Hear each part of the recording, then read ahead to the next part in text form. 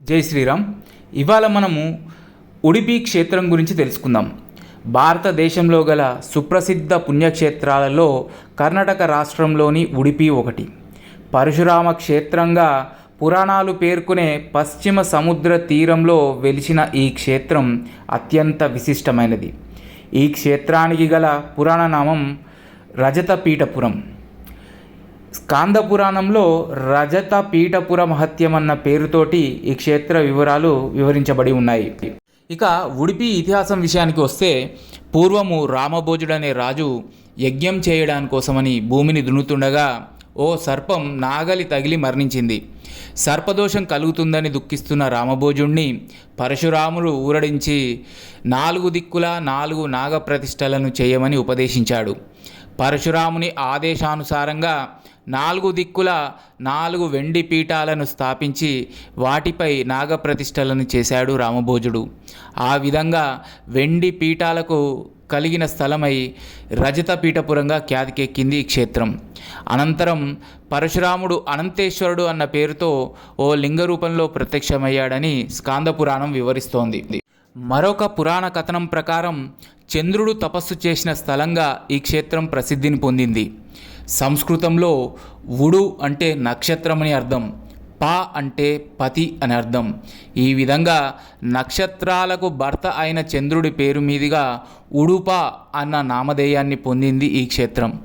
కాలక్రమేణా ఇది ఉడిపిగాను పిలువబడుతోంది. ఇంతటి ప్రాశస్తాన్ని కలిగిన ఉడిపి క్షేత్రం ఎన్నో దేవాలయాలకి పెట్టింది పేరు. అందులో ప్రముఖమైనది శ్రీకృష్ణ మఠం. ఉడిపిలో ఉన్న కృష్ణ విగ్రహం విశ్వకర్మ చేత రుక్మిణీదేవి నిర్మింపజేసిందని పురాణ ఇతిహాసం ఉంది. ద్వాపర యుగాంతంలో ద్వారకా నగరం సముద్రంలో మునిగిపోయినప్పుడు ఈ విగ్రహం కూడా సముద్ర గర్భంలో చేరింది. ఆ తర్వాత 800 ఏళ్ల క్రితం ద్వైత వేదాంత ప్రవర్తకులైనటువంటి శ్రీ మధ్వాచార్యులకు ఒక సముద్ర వ్యాపారి ద్వారా దొరికింది. ఒకనాడు మధ్వాచార్యుల వారు ఉడిపికి సమీపంలో ఉన్న మల్పే అన్న ప్రాంతంలో సముద్ర తీరంలో ధ్యానంలో ఉండగా ఉన్నట్టుండి అర్తనాదాలు వినిపించాయి. వారు కళ్ళు తెరిచి చూడగా తుఫాను తాకిడికి సముద్రంలో మునిగిపోతున్నటువంటి ఒక నౌక కనిపించింది. ముఖ్య వాయు అవతారమైనటువంటి మధ్వాచార్యుల వారు తమ అంగవస్త్రాన్ని గాలిలోకి తిప్పి తుఫాను గాలిని నియంత్రించారు. బ్రతికి బయటపడ్డ నౌకలోని వర్తకులు తమ వద్దనున్న రత్నాలను సమర్పించబోయారు. వాటిని నిరాకరించినటువంటి మధ్వాచార్యులు నౌకని సమతుల్యంలో ఉంచడానికి వాడుతున్నటువంటి 2 పెద్ద మట్టి ముద్దలను తీసుకున్నారు. ఆ ముద్దలు గోపీచందనంగా పిలువబడేటువంటి చందనపు ముద్ద. సముద్ర తీరం నుంచి ఆ చందనం ముద్దలతో బయలుదేరినటువంటి మధ్వాచార్యుల చేతి నుంచి ఒక ముద్ద జారిపడి అందులోని బలరాముడి విగ్రహం బయటపడింది. అది పడిన స్థలం ఓడబాండేశ్వరంగా ప్రసిద్ధికెక్కింది. మధ్వాచార్యుల వారు బలరాముణ్ణి అక్కడే ప్రతిష్ఠించారు. మిగిలిన చందనపు గడ్డను తీసుకుని 12 స్తోత్రం అనే దివ్యస్థుతిని ఆశువుగా పఠిస్తూ ఉడిపికి తీసుకుని వచ్చారు.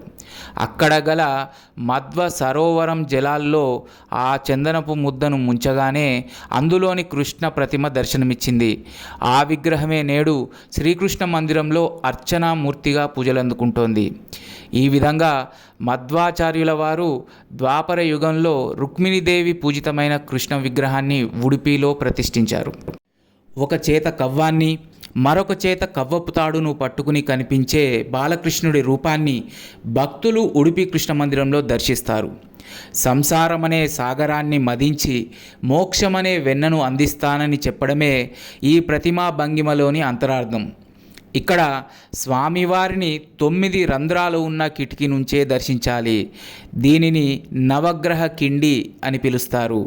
ఇలా నవగ్రహ కిటికీ నుంచి సకల గ్రహ బలుడైన కృష్ణుణ్ణి దర్శించడం వల్ల గ్రహదోషాలు తొలగిపోతాయి.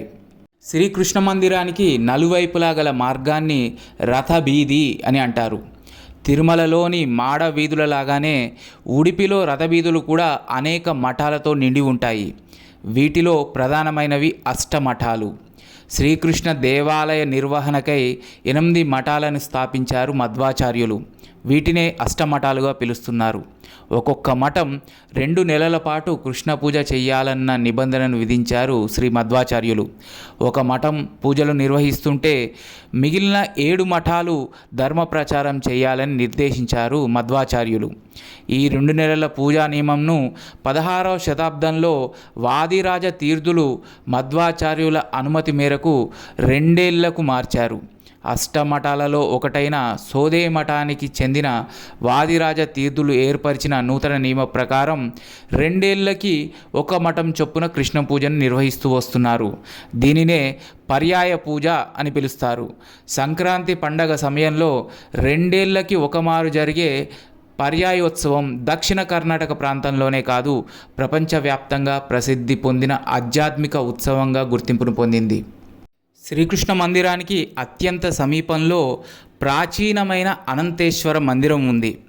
ఇందులో ఎత్తైన వేదిక మీద శ్రీ అనంతేశ్వర స్వామివారు దీపాల వెలుగులో దివ్యకాంతులిన్నుతూ దర్శనమిస్తారు. స్కాంద పురాణం ప్రకారం శ్రీమన్నారాయణుని 6వ అవతారమైన పరశురాముడే లింగాకారంలో ఇక్కడ ప్రత్యక్షమయ్యాడు. అనంతాసనము అని కూడా పిలువబడే ఈ దైవమే ఉడిపిలోని ప్రధాన దేవత. శాస్త్ర ప్రవచనం ప్రకారం నారాయణుడే లింగాకృతిలో ఇక్కడ వెలిసి పూజలు అందుకుంటూ ఉన్నాడు. ఉడిపిలో వెలిసిన మరొక శివాలయం శ్రీ చంద్రమౌళీశ్వర స్వామివారి మందిరం. ఈ ఆలయ గర్భగృహంలో సుందరమైన శివలింగం భక్తులకు దర్శనమిస్తుంది. చంద్రుడు తపస్సు చేసిన స్థలంలో చంద్రమౌళీశ్వరుడు కొలువై ఉండడం జరిగింది.